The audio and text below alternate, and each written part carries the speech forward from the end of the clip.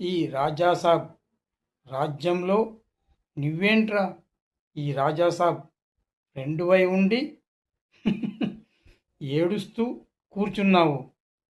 నీ కూతురు 25 లక్షల కట్నం కోసం ఏడుస్తూ కూర్చుంటావా? నీ రెండు కిడ్నీలు అమ్మేస్తావా? నీవెంత మూర్ఖుడివిరా! ఈ రాజాసాబ్ ఉండగా నీవెందుకు భయపడుతున్నావురా? ఈ రాజాసాబు ఉన్నాడు. నువ్వు భయపడ అవసరం లేదు. నువ్వు 2 కిడ్నీలు అమ్మేస్తే నువ్వు 2 కిడ్నీలు అమ్మేస్తే చచ్చిపోతావురా, చచ్చిపోతావు. నువ్వు నేను ఒకే తల్లి రక్తం పంచుకొని పుట్టకపోయినా నువ్వు నా తమ్ముడివని భావించానురా.